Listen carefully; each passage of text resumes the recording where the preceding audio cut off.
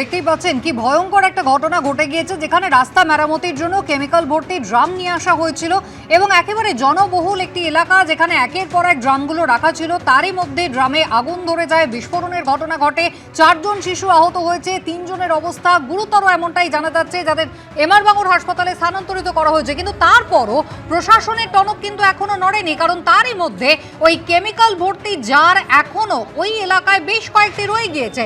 সেগুলোকে এখনো নিরাপদ স্থানে ফাঁকা জায়গায় সরিয়ে ফেলা হয়নি। স্থানীয় মানুষজন তারা রীতিমতো আশঙ্কায় রয়েছেন।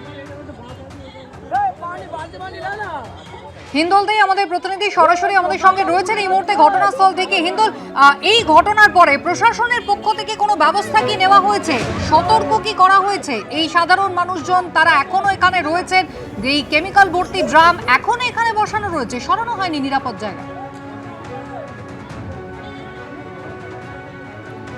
সেটাই কিন্তু বিষয়, সেই বিষয়ে কিন্তু প্রশ্ন তুলছেন গ্রামের বাসিন্দারা। তারা বলছেন এরকম একটা ঘটনা ঘটে গেল যেখানে 4 জন বালক আহত হলো, তারপরেও যে দাহ্য বস্তু মজুদ, এই যে রাসায়নিকের ড্রাম, যে ড্রামের মধ্যে বিস্ফোরণের ঘটনা, অগ্নিসংযোগের ঘটনা ঘটেছিল, তারপরেও সেগুলো সরানো হচ্ছে না, যেখানে কিন্তু আবারও নতুন করে অগ্নিসংযোগের ঘটনা ঘটে যেতে পারে, সেই আশঙ্কা তারা করছেন। তোমাকে বলে রাখি, এখানে তুমি দেখতে পাচ্ছ যে কলকাতা পুলিশের তরফ থেকে কিন্তু জায়গাটাকে সিকিউর করা হয়েছে এবং সেখানে কিন্তু ঘিরে দেওয়া হয়েছে, এবং আগুনের ব্যাপ্তি কতটা ছিল তুমি বুঝতেই পারছো। গাছের ডাল থেকে শুরু করে সমস্ত কিছু পুড়ে গিয়েছে, ঘরের অংশ পুড়ে গিয়েছে। শুধু তাই নয়, রাস্তার অপর প্রান্তে আরেকটি ঘর রয়েছে, একটি দোকান ঘর রয়েছে। তরুণকে বলবো ছবিটা দেখাতে, যে রাস্তার অপর পারে যে একটি দোকান ঘর, সেই দোকান ঘর পর্যন্ত কিন্তু আগুন ছড়িয়ে পড়ে।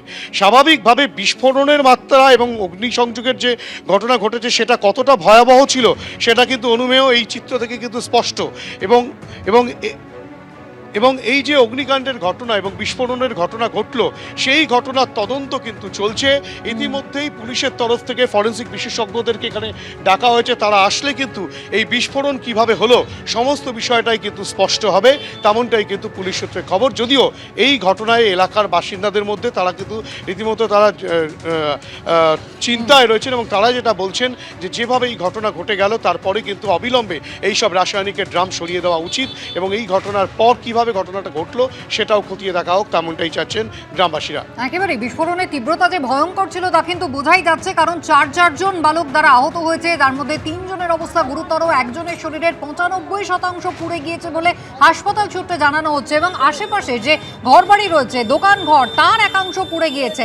একই সঙ্গে একটি বড় গাছ রয়েছে, সেই গাছের ডালপালা সমস্তটাই কিন্তু এই অগ্নিকাণ্ডের জেরে একেবারে পুড়ে ছাই হয়ে গিয়েছে। ভয়ঙ্কর অবস্থা দেখুন, বাড়ির চাল উড়ে গিয়েছে, ড্রাম বিস্ফোরণের জেরে ছিটকে পাশের পুকুরে পড়ে গিয়েছে।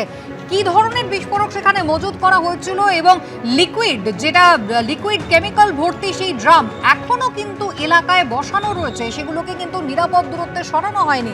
স্থানীয় মানুষজন তারা কিন্তু আশেপাশেই রয়েছেন এবং যথেষ্ট আতঙ্কিত। ছবিটা দেখুন, একেবারে যে বাড়ির সামনে এই বিস্ফোরণের ঘটনা ঘটেছে, বাড়ি একেবারে দেওয়াল কালো হয়ে গিয়েছে, ঝলসে। যে গাছ রয়েছে, গাছের পাতা ডাল সমস্তটাই কিন্তু ঝলসে গিয়েছে। অন্যদিকে উল্টো দিকে ছিল একটি দোকান, সেই দোকান ঘরেরও একই অবস্থা। দেখুন, একেবারে চাল ভেঙে পড়ে গিয়েছে।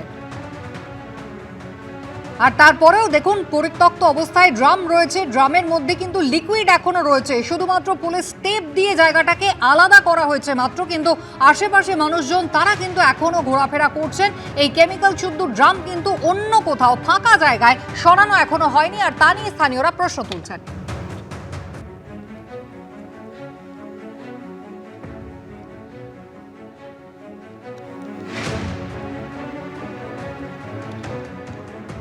এবিপি আনন্দ, এগিয়ে থাকে, এগিয়ে রাখে।